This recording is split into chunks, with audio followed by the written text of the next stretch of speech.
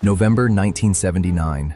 Tehran was in chaos. Militants stormed the U.S. embassy and took most of the Americans inside hostage, but 6 American diplomats got out before they were caught.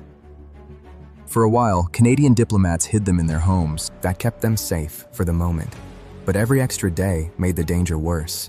They could not stay hidden forever. They needed a way to leave Iran without looking like 6 Americans who had escaped the embassy. That was when the CIA came up with a plan that sounded almost absurd.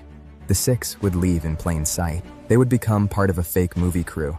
A fake science fiction film was created.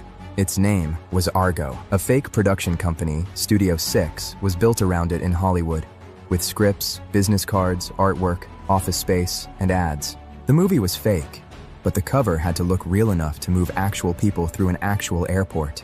But the hardest part was not the movie. It was making the group itself make sense to Iranian officials. All 8 had to look like one crew. So 2 CIA men went in first, Tony Mendez, and another officer using the name Julio. Their job was to step inside the story. The 6 hidden Americans were given Canadian passports, new names, and film industry roles.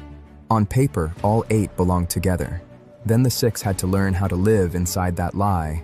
One wrong answer, or one nervous pause, could ruin everything. Then came the morning of the escape. The flight was chosen carefully, an early Swissair departure, when the airport would be less crowded and easier to pass through. Mendez went ahead first to see if anything felt wrong. Later, the others came in. From then on, they moved as one group. Not 6 fugitives. Not 2 CIA men and 6 rescued diplomats. Just a film crew wrapping up a trip. Then they reached the counter. One by one, they handed over their papers, passports, visas, and the yellow airport slips travelers returned when leaving Iran. Iran used a matching entry and exit paper system.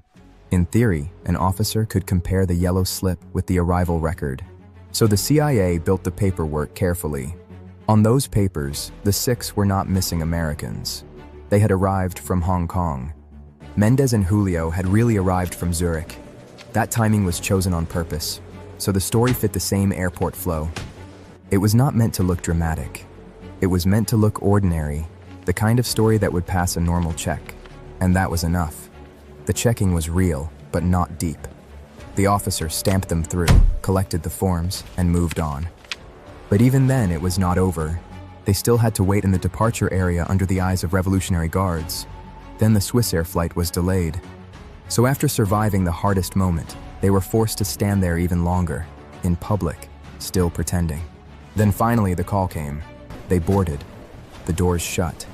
The runway fell away beneath them. Only then did they know the lie had held. 6 Americans had been taken out right under the authorities' noses, not by force, but by a fake movie and a cover story that held. Within days, the world knew the 6 had escaped. The public story broke on January 29, 1980, but the deeper truth stayed hidden until 1997. People knew they were gone. The way they vanished stayed in the dark. If you enjoy uncovering stories like this, make sure to like and subscribe to Mystik Archive, where the truth is always stranger than fiction.